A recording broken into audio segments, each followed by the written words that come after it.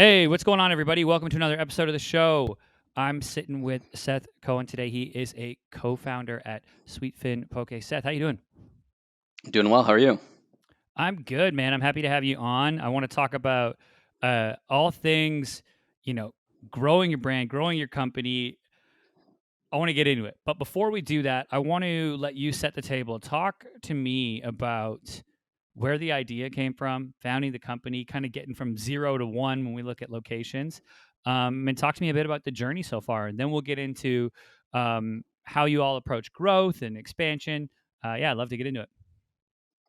Sure. So my journey started, I guess you could say, as a child. I was always very interested in the food world. I was one of, I think, the only kids as a 10-year-old watching the Food Network. Was really into all the shows and would always cook for myself and cook with my family. So I just had this innate passion for food and hospitality. I went to USC here in LA, and I graduated with a degree in entrepreneurship and business at USC. And out of college, I was working real estate finance, and it just wasn't fulfilling for me. I really wanted to do something that was a little bit more entrepreneurial and less financial related. And while I was in the office, I tried to come up with as many ideas as I could to get out of the office. And one of the ideas was for a fast casual restaurant that could scale sushi, because no one had done anything like that in the past. And I had all these kind of core tenets of what I wanted this concept to be like. And this concept for poke hit them all, because no one was doing anything like it, especially in the continental United States, outside of Hawaii. So it was affordable, it was customizable, it was accessible, it was fresh, it was healthy, all of kind of the trends I was seeing in fast casual. So I thought at the time it was a no-brainer. So I pitched a friend of mine, a fraternity brother who went to USC with me, on this idea of poke. And that night over dinner, of course, we became partners. And quickly thereafter, we had this goal of making Sweetfin the next Shake Shack before we even had one location, which was a little bit ambitious. And we quickly realized that we didn't know what we were doing. So we, enlisted help from our family and friends in terms of just getting advice. And one of the things that our family and friends told us to do is to talk to industry professionals and people who really understood the business. And one of the people that we got put in touch with was our third co-founder, a guy named Alan, who had been in the restaurant business for about 20 years. He had different concepts and ranging from quick serve to high end restaurants. And the three of us became partners. Brought on an incredible chef named Dakota Weiss, who had just finished up filming Top Chef. And we created this menu that was insanely unique, especially at the time. Again, no one knew what poke was. When we went out to investors, people thought we were talking about Facebook pokes. Landlords had no idea what a poke concept was. In fact, our first location that we really were sold on was this location down in Bunker Hill in downtown LA, which unfortunately didn't work out. But we were about to sign the lease, and the broker called us and said that the landlord decided to change his mind and give the space to a grilled cheese concept, which obviously didn't work out in the long term. So we ended up opening our first store in Santa Monica. And out of the gates, it was just, call it beginner's luck, call it good timing, but it was a home run. We were doing sales that were equivalent to what an Apple store would do on a square foot, a revenue by square foot basis. And it was really exciting at the time. And we went ahead and raised a little bit of money to go open what we thought would be stores 2, 3, and 4. And when that happened, this pokey explosion, I guess is what you could call it, took place in the market, where there was just 1,000 different poke concepts that came in. A lot of them came in and copied us, unfortunately, but just came into the market and flooded the market all over, not only LA, but California and the rest of the US, and really the world. So that was a little bit of a challenge as we started to scale. But we opened stores 1 through 5, and since then have slowly been grinding it out, and up to 14 locations, all of which are in Southern California, LA, San Diego, Orange County. And We're on a path to triple our footprint over the next couple of years. We just closed an equity round, which we're really excited about, and um, yeah, it's been a wild ride over the last 6 years. That's wild. It's so interesting, like to try to go back to that time when nobody knew what it was, right? Because now it's huge. Like you said, there's competitors. There's people. You know, I'm from Vancouver, Canada. I go home to Vancouver. There's poke places. Now, is it something that you feel like is there one component that a rising tide raises all ships? That consumers are more willing to, I come in, I th- try, back. I think so, and like, I mean, we've very we've been very strategic in our messaging. We've been very strategic in our naming. We actually dropped poke from our name 5 years ago, so we just go by Sweetfin, just so we wouldn't pigeonhole ourselves in this category that Mm, we felt like we didn't have control over. Really, our mission at Sweetfin is to fuel life through freshness. And that could be in a poke bowl, that could be a plant-based bowl, it could be a grain bowl, but that's what our mission is, to serve really delicious, healthy, fresh food. Um, but from to go back to your question, I think it in some ways it helps the category. It doesn't even matter what category you're in or what business you're in. Educating the consumer and the customer is challenging, right? So if you're going to have other people do that for you, in some ways that's a win, right? We could go, we're not going to be the first to market if we decide to open in Vancouver, but you'll have a large swath of the population that will understand what you're doing, and you won't have to spend as much time educating a consumer base. The other, side of that equation is, was the consumer educated in the right way, right? Have other businesses or concepts stained a category, and that can be a challenging thing to overcome as well. So, there's always pros and cons to both sides of that.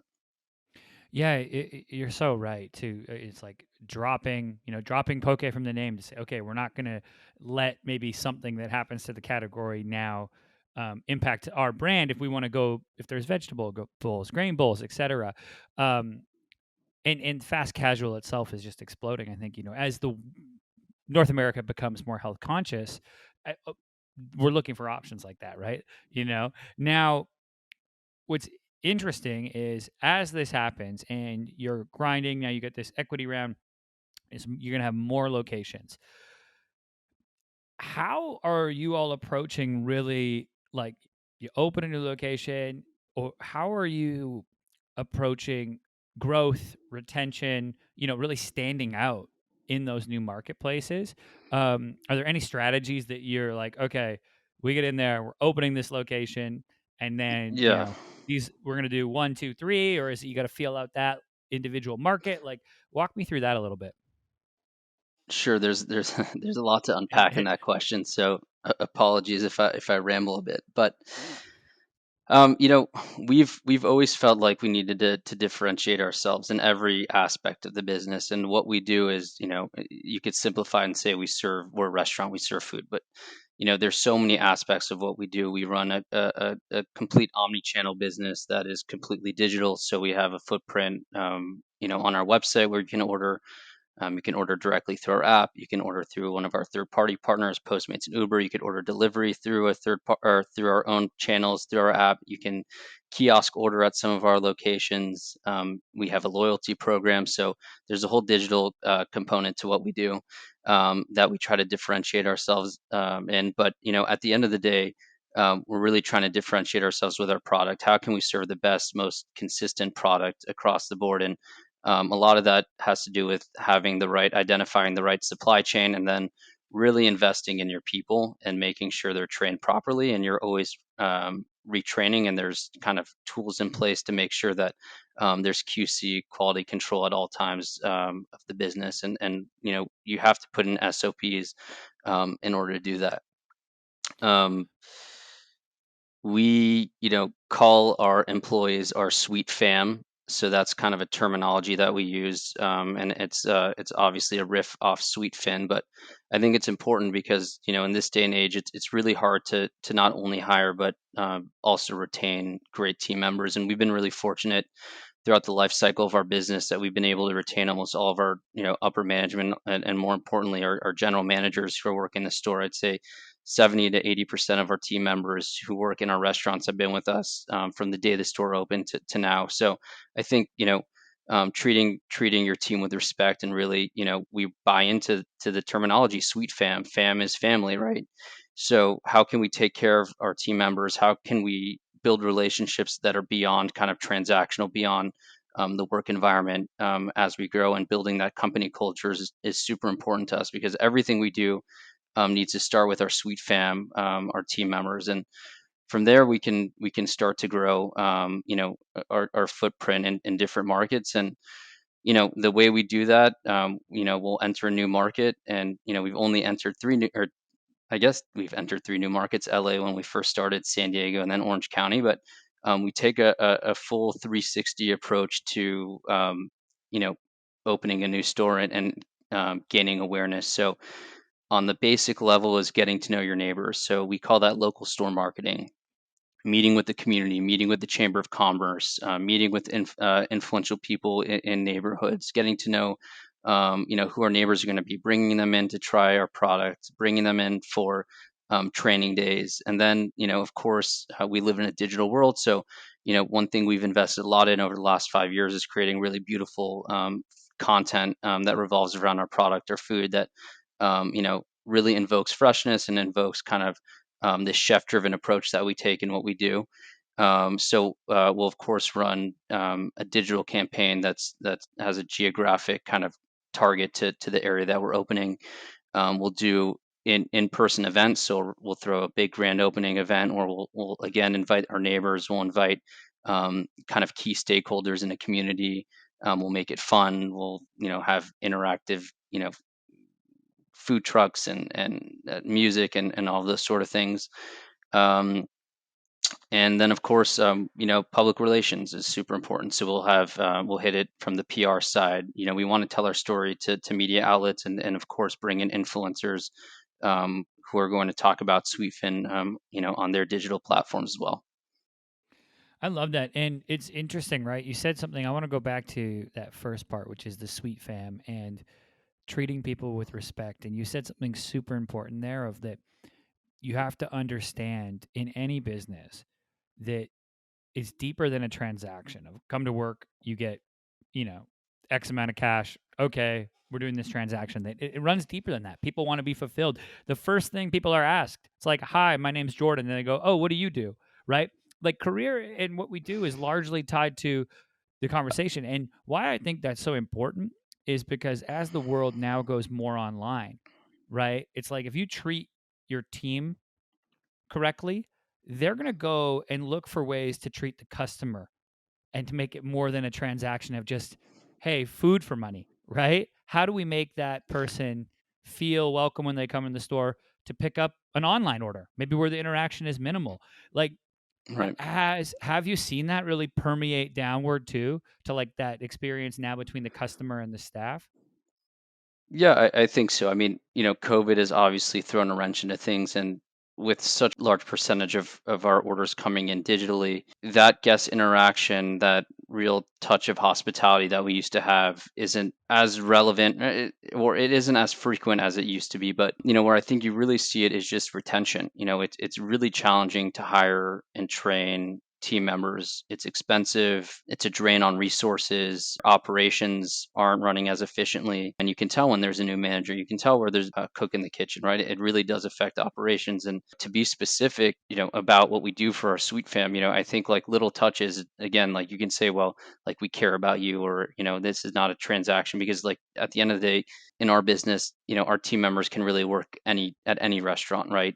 We don't pay five times the prevailing wage, right? Everything from personally handwriting a birthday card for each team member. It doesn't matter who you are. That's something we do. Comes from ownership with a gift. We do a 1 year anniversary card for all of our team members. Those are things, you got to celebrate wins, team members of the month, employee spotlights via email, going in, making sure that when the ownership is in store, like first of all, we're very active owners. We don't sit behind our desks. You'll see us in the stores. We'll work behind the line. We'll interact with our team members, know their names, ask them how their families are. Like those little touch points are important. It's that's so huge, right? Like just acknowledging people. And like it sounds so simple, but just like acknowledge, hey, happy birthday, or hey, you've been here for 1 year. Like we're grateful that you're here and we appreciate you. And I know your Yep. name and here's a handwritten note and all of those things that maybe seem like old school, in a world that's so digital, so forward, but it's like it matters. So that's cool. And it's interesting because although you can't measure the impact of that in the moment, you can when you look over multiple years to go, whoa, our retention rates are 2x, 2x the norm. Like that's huge. Yep. And that starts to tell, that starts to quantify itself then of like, oh, okay, we're doing something right here. Um, so I love hearing that. Now, for Sweetpin, you're in 3 markets. Um, what's the plan moving forward? Is it California? Are you looking to go to other markets pretty aggressively? I know after this raise, what's next for y'all? We're looking to expand finally outside of Southern California. So Arizona, Texas are markets we're looking at. Florida. Um, I think the common theme is we want to stay in warm weather states that are a little bit more, how should I say it, business friendly. Those are the markets we're looking at to start. I love it. I love it. That's awesome, Seth. Thank you so much for coming on the show today. I appreciate it, man. No worries. Thanks for having me. All right, everybody, and I'll put links to Sweetfin's social handles in the show notes so you can go and give them a follow. Thanks again for listening, everybody, and we'll catch you next time.